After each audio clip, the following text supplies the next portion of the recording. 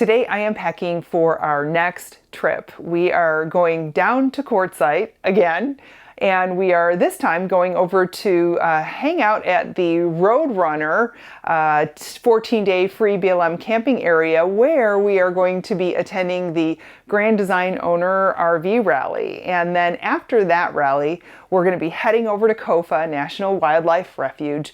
You know, we love camping there in that pristine desert. We've done a couple of videos on that place. It's absolutely gorgeous. But today I am working on packing, so we're ready for all of that stuff. And I just wanted to mention that I know that packing can be a challenge. You know that Pete and I struggle with organization, and we're always trying to get better at it, because the more organized you are, the easier it is. And it doesn't come natural for either one of us. So we work at it, and we're getting better. And so today I just wanted to share 10 tips that have made packing for a road trip a whole lot easier for us. Tip number 1 is always use a checklist. So I am using the RV checklist app. I did a video on this. I'll leave a link in the description below, but this is what I'm currently using as a checklist, and it is a really handy tool. Tip number 2 is to declutter and clean. And I like to do this as soon as we get home from a trip, because it only makes sense when you are unloading all of your dirty clothes and all of your food out of your trailer. It's probably a really good time to just kind of unload everything, and that way you can take a good inventory before you start to load for your next trip. When you do that, you have the ability to pack everything fresh, and what happens that way is you don't overpack and you don't underpack. It's a really wonderful thing.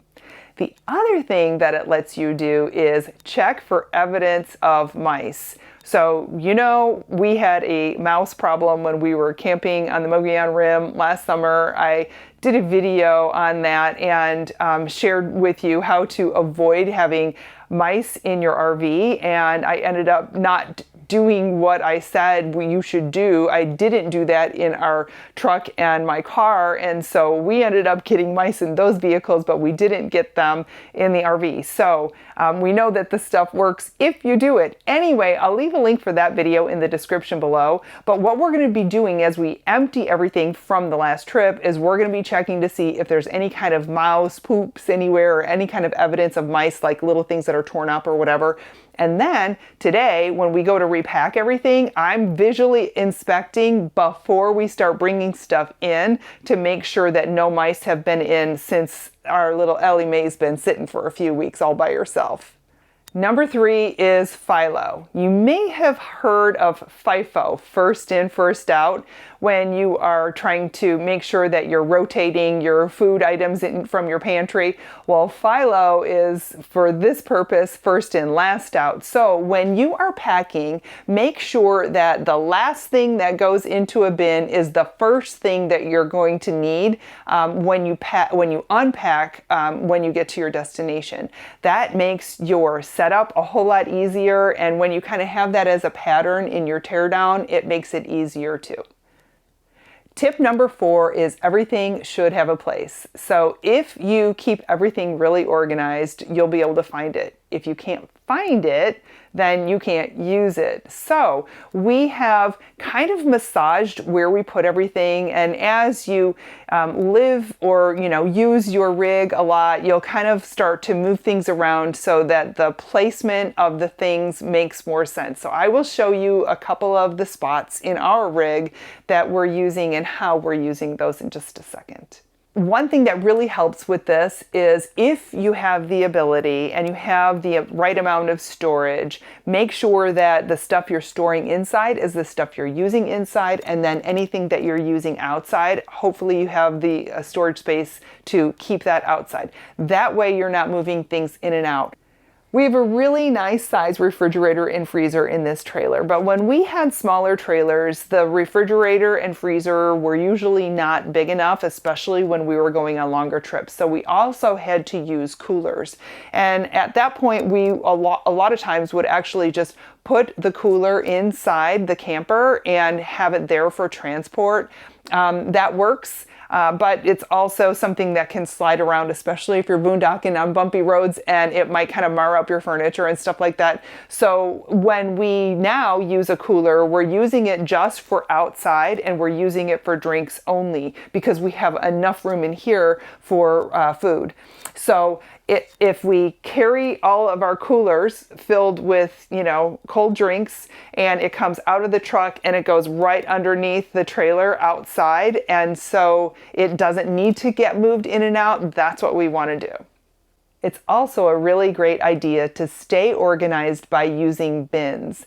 And you have to actually shop for every single space that you have, the size of the cabinet, the height, the depth, the width, and get plastic organizers that will help you to keep smaller things together and keep them from shuffling around as you are traveling. So one thing that we have realized in all of the RVs that we have had is that hanging storage space is just not for us. We don't wear things that need to be hung and like pressed or whatever. We're in t-shirts and sweats and jeans all the time. But we have found that actually instead of hanging, if we fold things, we can fit a lot more clothes than if we were trying to hang things and overstressing the hanger in here. So what we do now is we've got 2 bins in here right now, but this closet actually will hold 3, and so we actually do put a 3rd one in there, especially if we're going on longer trips and we're carrying more clothes. When we go on a trip that lasts more than a month, I'm willing to do laundry on the road. If we are a month or less, I don't want to have to do laundry on the road. So we bring a lot of clothes with us. So I have them labeled what is in each one of these. And then we have these drawers here. So Pete gets 2 drawers and I get 2 drawers. And what we do is we have enough stuff in these drawers to be able to handle clothes for us, usually for about a week, especially if it's summertime and we're wearing lightweight stuff like shorts and t-shirts.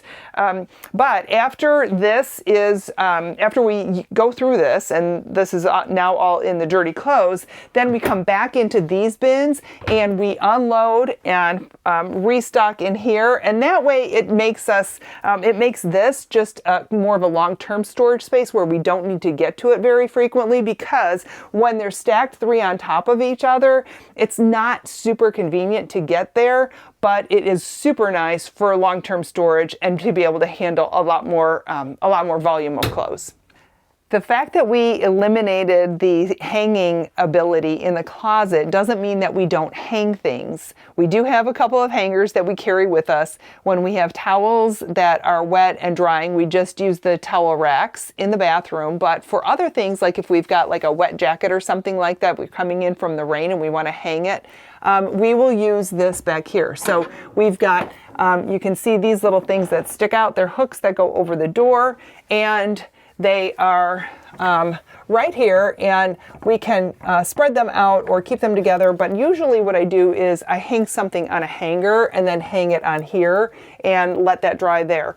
Also, we added this little hook thing so that when we are traveling, we can leave the door open and it's not kind of bouncing back and forth. So when this is closed, I am hooking this thing here, and I'll let you see that when we are driving and this thing is hooked open, you can hear that it will move a little bit, but it's not going to be slamming around. So when we're stationary and set up, I leave this thing open here like this because we usually don't have people with us, so it's not like we really need privacy and have the bedroom door closed. But there's a nice little spot here to be able to hang stuff from a hanger, and it's another place where we can hang things that we might want to dry off if they're wet or damp, like jackets or whatever. Shoes have always been a problem for us. And I know in some bigger rigs, they have some really cool solutions. They've got like little cubbies tucked away and stuff like that. And we have never had that in any of the trailers that we've ever had. So we finally got a shoe pocket organizer, and it is something that fits right underneath the bed on the platform. And I have my slippers in here, which never come out of the trailer, but it's got all these nice little pockets. We did have a problem installing this thing because the little hooks that the manufacturer sent that you're supposed to be able to hang over a surface, they didn't fit. So Pete came up with a really great solution. We did a video on that. If you're interested in seeing that, I'll leave a link in the description below. So this is a really great solution for our shoes, but it is not a great solution for our hiking boots. Those are a different story. They're so big and clunky, we have to find another spot for those. So here's where we're putting those. We have two cabinets back here, just like most other RVs that have this same kind of floor plan. And they are the side tables that are on either side of the couch. And they're actually pretty hard to access because they are so deep and it's hard to dig things out of there. So we actually use this one here for our hiking boots, and it's great because there's only like 4 pairs of boots in there, and we can stuff a couple of other things in there, but basically it's a great place to put those bulky hiking boots. And then once we arrive at our campsite, we take them out and we put them outside so they're ready to slip on and off when we're ready to go for a hike. We don't wear those inside. So then this space becomes available for us to put other things in there. On this side over here, this is where we are keeping our vacuum cleaner, and we've got a really nice compact small little Dyson, and actually I just use it like this without some kind of a beater attachment, because the awesome thing about this new Grand Design 303 RLS, well, it's new for about a year now to us, and they got rid of all the carpet. So we basically just have hard floors, and that's all that we need to vacuum. So we've got a lot of extra space in here. It's hard to reach all the way to the back of this cabinet. So this works for us now, but if we do ever need to put something in there that we don't need to access very much, and it's kind of long, skinny thing, that's what this cabinet is good for. The other thing that makes your trip packing and planning a whole lot easier is to only pack what you need. So that is going to be obviously determined by the length of your trip, and that goes for food, it goes for clothing, all of that stuff. But when you don't overpack, then you don't have, stuff all over the place, and it just makes organizing and living in your RV when you're using it a whole lot easier. When it comes to overpacking, if there's anything that I do tend to overpack, it is food. And one of the reasons is that that we like to boondock out in the middle of nowhere. And so it's not like it's convenient to run, into town and go grab whatever that you may have forgotten to pack or whatever. So if there is one thing that I kind of push to the limit, it's packing food. So I have plenty of storage space in our fridge and freezer here because it's such a big, like, residential size in this particular unit. So we're really blessed about that. And then we also have this storage space in here for our pantry items. And don't forget that most RVs also have storage underneath the couch, that is the pull-out couch. We usually don't use that unless we're going on really long trips. We're actually going to be using that today because we are doing, at the Grand Design Rally that we are going to, there is a food drive for the local food bank, and it is a Go Grand event where Grand Design actually gives back to the communities where they're having rallies and that sort of thing. So we're going to be packing all the stuff that we're taking with us to donate to the food bank. We're going to be using that storage space underneath the couch. And then of course, the space that is underneath the bed is also great for storage as well. As much as you shouldn't overpack, you should not underpack either. So if you're going to some kind of special event or you're doing some kind of special activity, make sure that you are carrying with you the things that you need. So for the most part, when we are camping camping in hiking boots and slip-on shoes. The fancy stuff is when we add a kind of nice looking tennis shoe to the mix. But if we're going somewhere where we know that we're going to be doing some touristy things, we might actually want some outfits that, clothes and shoes that are a little bit more, a little bit more presentable to be out in public.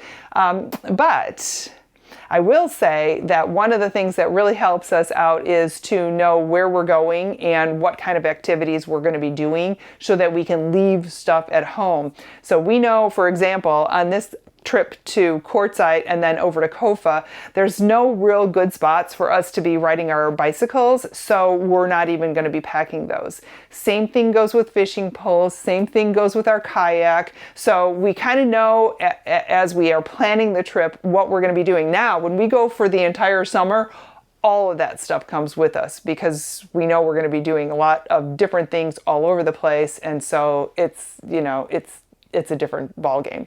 Planning and packing for a short-term road trip versus a long-term road trip are two different things. So you just have to kind of know what you're doing and know how long you're going to be gone, and then assess the situation and plan from there.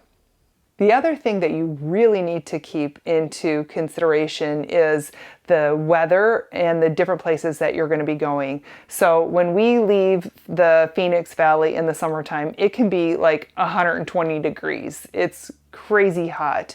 And then we're going up into the mountains and it's, it might be like in the 50s overnight, the 70s during the day, and 50s overnight for us is cold. For me, I should say, not necessarily for Pete.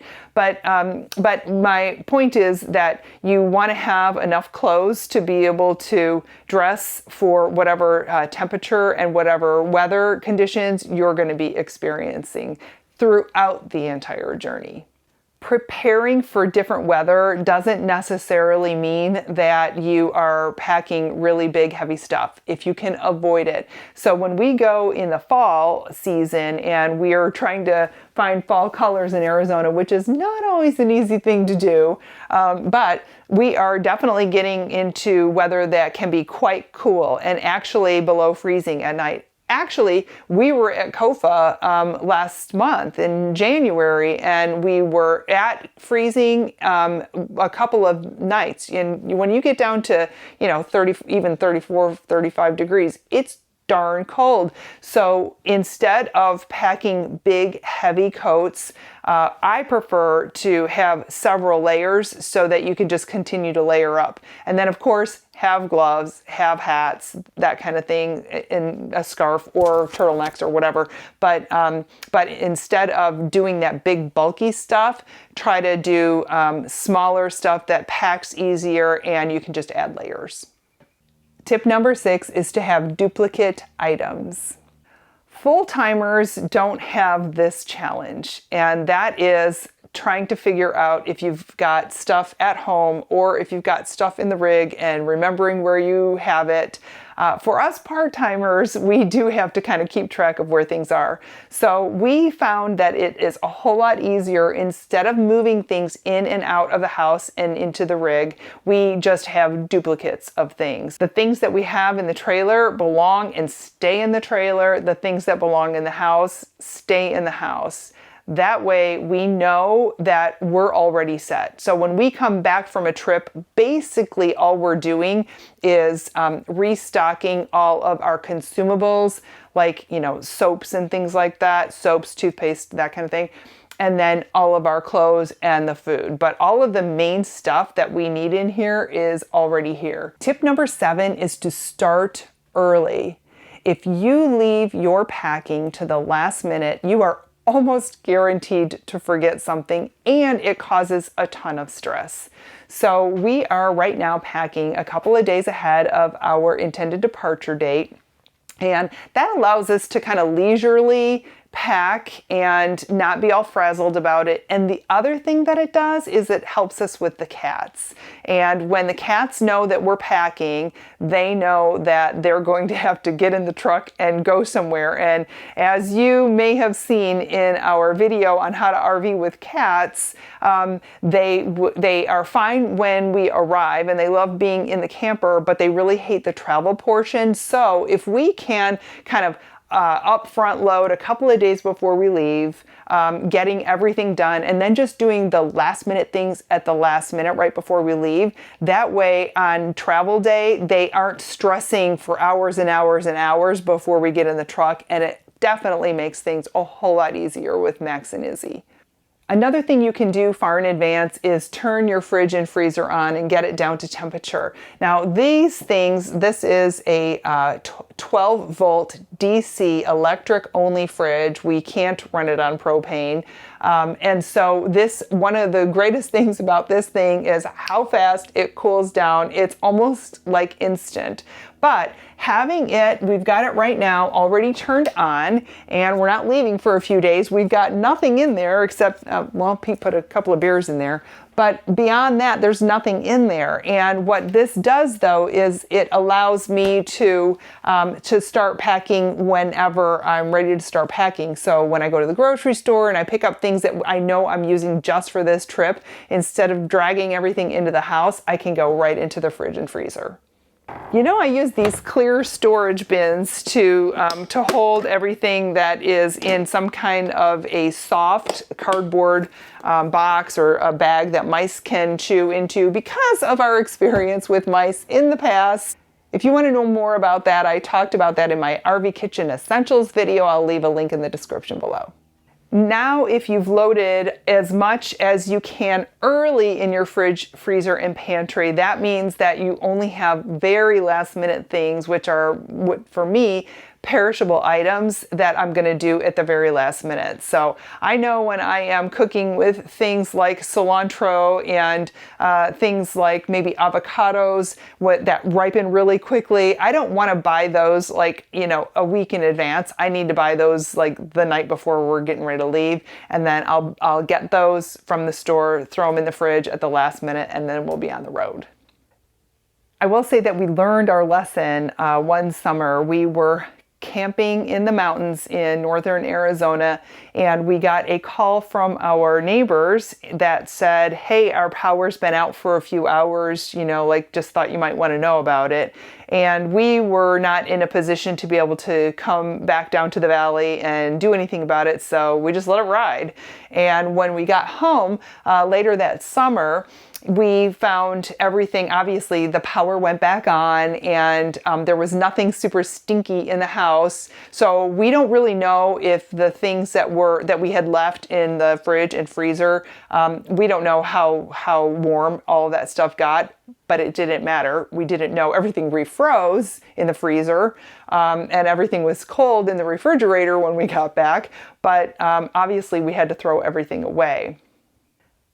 Another thing that I started doing actually quite a long time ago is that when I am putting things together in the house that need to get put into the RV, instead of taking things one thing at a time, and then I think to myself, I don't know, did I put that X, whatever the thing is, into the trailer? I don't know for sure if I put that in there. So instead of doing onesie twosies, I make piles. I make piles for food. I make piles for clothing. I make piles for like bedding and towels and things like that, and like the kitty stuff. And I make sure that I visually can see everything's there. I'm checking on my checklist to make sure that I have everything there. And then once I know that it's all there and I can bring it in here and start putting it away, that's what I do. And only after it's in the trailer do I go back to my checklist and check it off that it's done.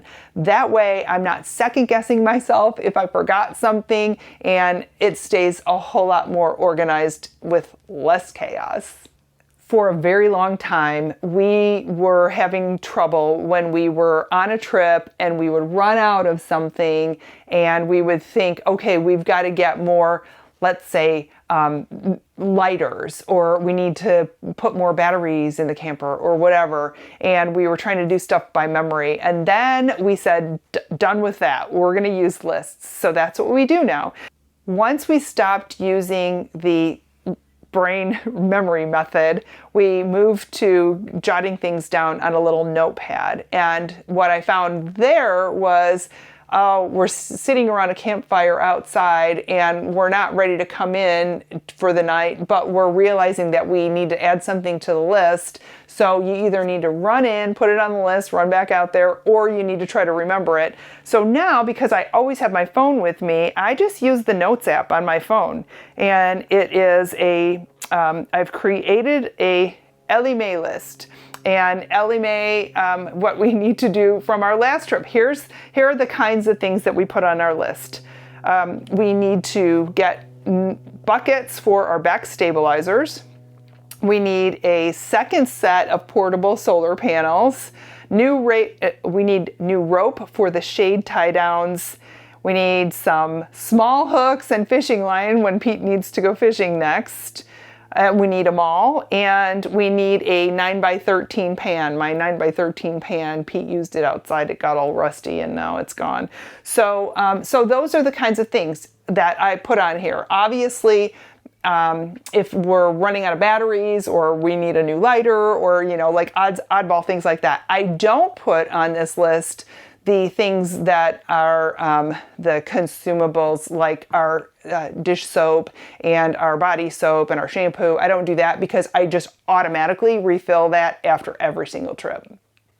So when I am restocking bathroom supplies, instead of bringing in another tube of toothpaste and continuing to use the partial that's in here, I don't do that, because when we're boondocking, we know that we have problems with garbage and stuff like that. So I just take that partial, throw it in the house, we'll finish it up in there, and I bring out a full tube of toothpaste that I know is going to last us on a regular length trip. Obviously, when we go for the whole summer, we're going to go through more than one tube of toothpaste, but for our shorter trips, that's what I like to do. Tip number 9 is to order any kind of specialty items that you carry with you in advance, and so that if there's any kind of a problem with like shipping or availability or whatever, you're not struggling and having to deal with an issue like that. So if we need any kind of medications, Izzy actually eats prescription cat food. Actually, both of them do. She's on it, but they eat together. So we need prescription cat food. And so we don't want to be in a place where we're trying to find their cat food and all of a sudden we need to like switch them over to some other kind of food they're not used to. They end up getting sick and all that stuff. It's not fun. So it's just better to order in advance, make sure you have it, stock up so that you've got ample supply before you're going to be able to replenish again, and that works. The other thing we never, ever, ever want to run out of is kitty litter, because there's kind of no substitute for that, if you know what I mean. I guess we could probably let them out and say, go pee and poop outside, but that doesn't work for us. They're indoor cats. So that's another thing that we want to make sure that we have a lot of. We don't have to order that in advance, but we definitely need to stock up as we're packing.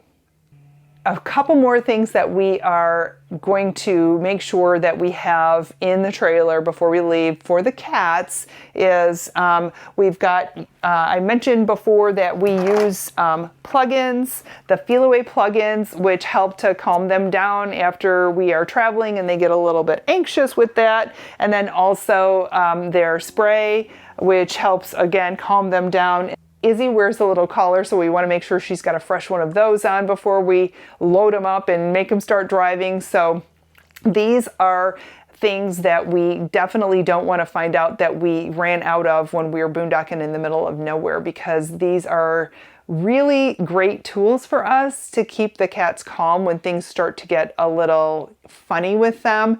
And it's a whole lot easier to try to keep them calm than to try to get them to calm down after they get anxious and things start getting a little out of control. When I say that I'm replenishing things like soap and shampoo and that kind of thing, I just have bottles that I keep and leave in the shower. And then also I've got extras that are refillables. So I don't know, you probably have seen in some of my other, videos, these little containers that I leave out on the counter.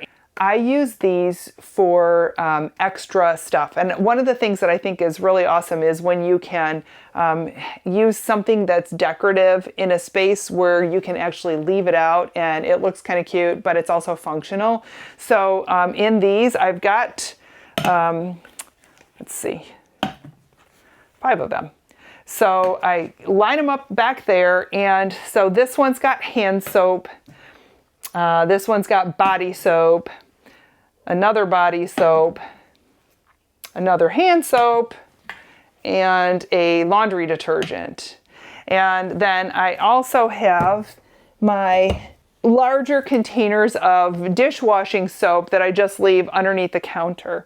So these are the things that before we leave, I just pull all of these out. I top them all off so that we know that we have plenty of all of our sudsy stuff to get through the trip. And then for transportation, I need to secure everything.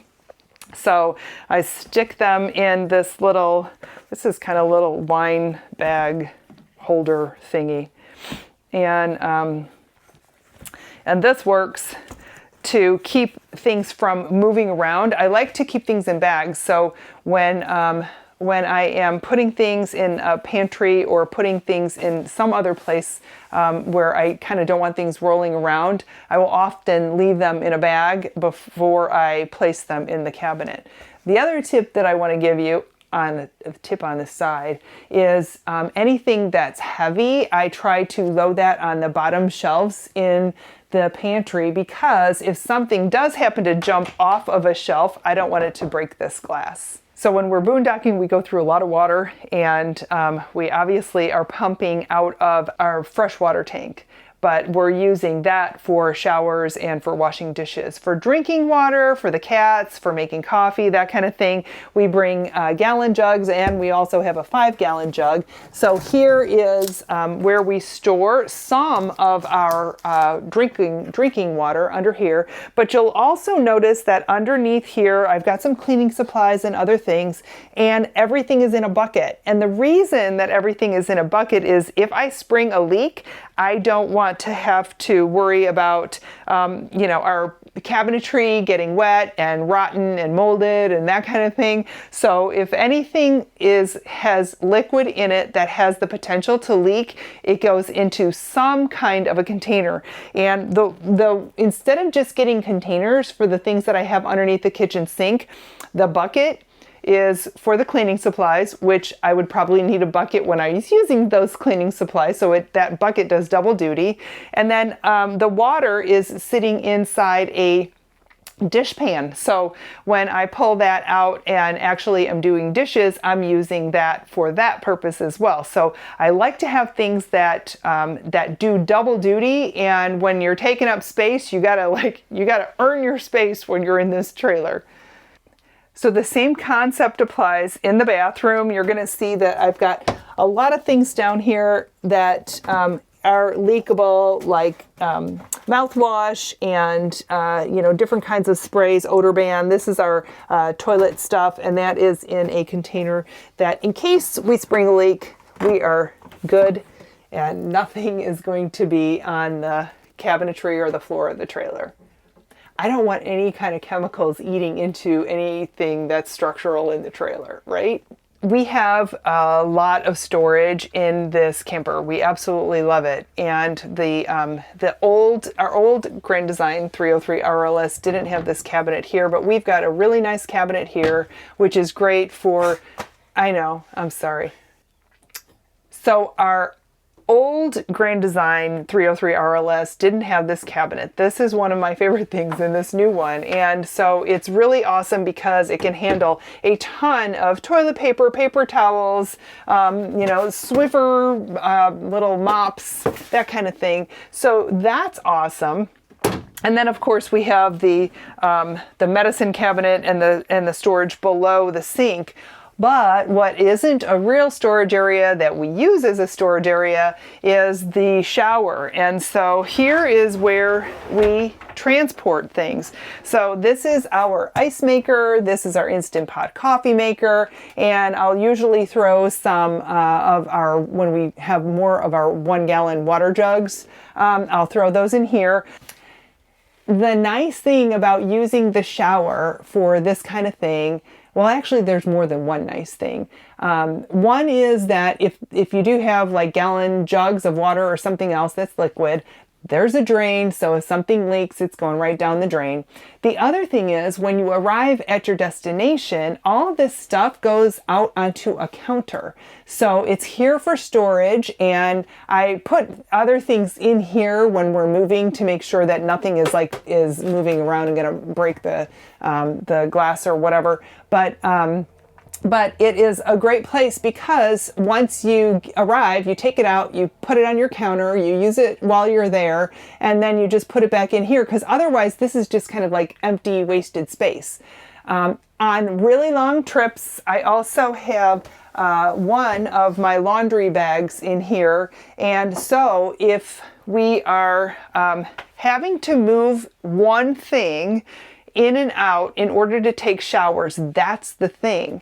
And so what happens? You take a shower for like, I don't know, 30 seconds because we're boondocking and we're not allowed to use a lot of water, but a really fast shower. So after your shower's done, we squeegee it, we wipe it down so it's nice and dry, and then we just take our dirty laundry bag and put it back in there, and that's a great place to have that storage ability in a thing that you don't use a lot, as long as it's not a whole lot of little things that you got to move in and out. It's one big and you're good. If you have any suggestions for us, we are all ears, because we are a work in progress, and as you know, organization is a struggle for us. We love it, we want to be really great at it, but we're not, so we're always looking for ways to improve. So please leave a comment below and let us know if you've got any suggestions for us. And if you have any questions, leave a comment down there as well. We'd love to help you out in any way that we can. And I know that we didn't talk at all about exterior storage, and that's partially because we've already done a video on that. Pete has everything so organized in our basement. It's really amazing. And he says that he can actually find anything in that basement blindfolded, because that's how organized he is. But I'll leave a link in the description below for that video too. See you soon.